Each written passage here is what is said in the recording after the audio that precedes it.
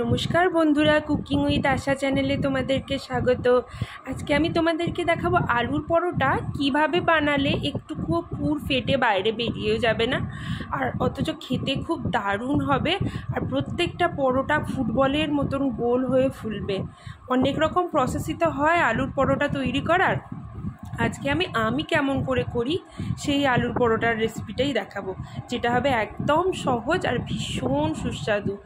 অবশ্যই চলো তাহলে দেখে নেওয়া যাক কেমন করে বানিয়েছি আমি এই আলুর পরোটাটা। এর জন্য দেখো, আলুটা আমি প্রেসার কুকারে সিটি দিয়ে নিয়েছিলাম, সেদ্ধ করে নিয়ে আমি জল ঝরতে দিয়ে নিয়েছিলাম। অবশ্যই কিন্তু আলুটার জল ঝরিয়ে নিতে হবে। আলুটার জল না ঝরিয়ে নিলে কিন্তু আলুটা কীরকম জল জল মতো করবে। এরকম টাইপের শুকনো শুকনো আলু সেদ্ধটা হতে হবে।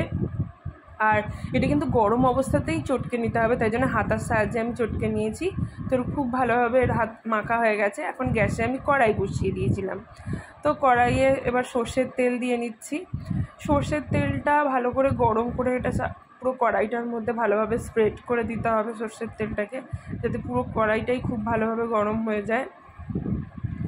তো এরপরে আমি দিয়ে দেবো মিহি করে কুচিয়ে রাখা পেঁয়াজ। মিহি করে কুচিয়ে রাখা পেঁয়াজ দিয়ে দেবো, আর তারপরে দিয়ে দেবো মিহি করে কুচিয়ে রাখা কাঁচা লঙ্কা। পেঁয়াজটা একটুখানি নেড়ে তেলের সঙ্গে মিশিয়ে নিচ্ছি। তো তারপর আমি এর মধ্যে কাঁচা লঙ্কাটা অ্যাড করছি। পেঁয়াজ আর কাঁচা লঙ্কা দুটো একসঙ্গেই ভাজা ভাজা হবে। গোল্ডেন ব্রাউন কালার হয়ে যাওয়া অবধি আমি অপেক্ষা করব। তার আগে অবধি এটা আমি একটু নাড়তে থাকবো। আমার একদম সিম্পল আলুর পরোটা ভীষণ পছন্দ, নানা রকম মশলা দেওয়া ভালো লাগে না আমার। তো এই পেঁয়াজ লঙ্কার পরেই আমি ওই মেখে রাখা আলু সেদ্ধটা কিন্তু এর মধ্যে দিয়ে দিলাম। দিয়ে আন্দাজ করে নুন দিয়ে দিলাম। তোমরা তোমাদের আন্দাজ মতো নুনটা দিও। আর আমি না এর মধ্যে হলুদ দিই না, তার কারণ হলুদ রঙের যে আলুর পরোটাটা ওটা আমার দেখতে ভালো লাগে না, তাই জন্য এখানে আমি হলুদটা দিই না। তোমরা চাইলে হলুদটা অ্যাড করতে পারো এই সময়, নুনটা দেওয়ার পরেই।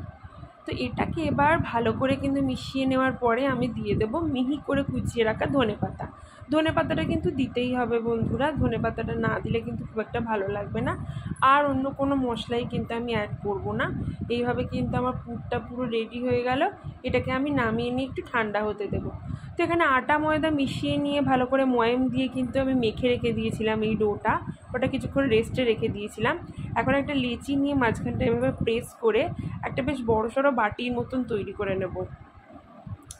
বেশ একটা বাটির মতন হবে, এরমভাবে হালকা হালকা করে প্রেস করে করে এরকম একটা বাটির মতন হয়ে যাবে।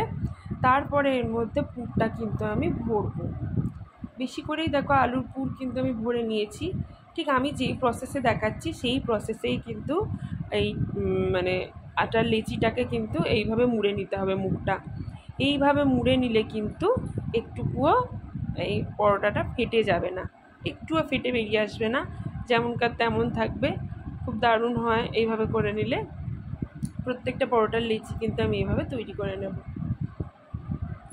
এইভাবে তৈরি করে নিলে একটুও ফেটে যায় না। তো এবার গ্যাসে আমি কড়াই বসিয়ে নিচ্ছি। দেখো, শুকনো কড়াইতে কিন্তু প্রথমে আমি পরোটাটা দিয়ে দিলাম। এখন কিন্তু কোনো রকম আমি তেল ব্যবহার করিনি। গ্যাসটাকে মিডিয়াম হিটে রেখে এবার আমি পরোটাটা উল্টে দিয়েছি। এরপরে কিন্তু আমি এর মধ্যে অ্যাড করব 1 চামচ মতো রিফাইন তেল।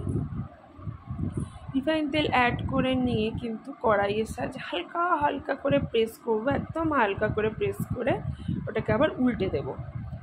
তো বারবার উল্টে পাল্টে দিয়ে এটাকে কিন্তু ভাজতে হবে।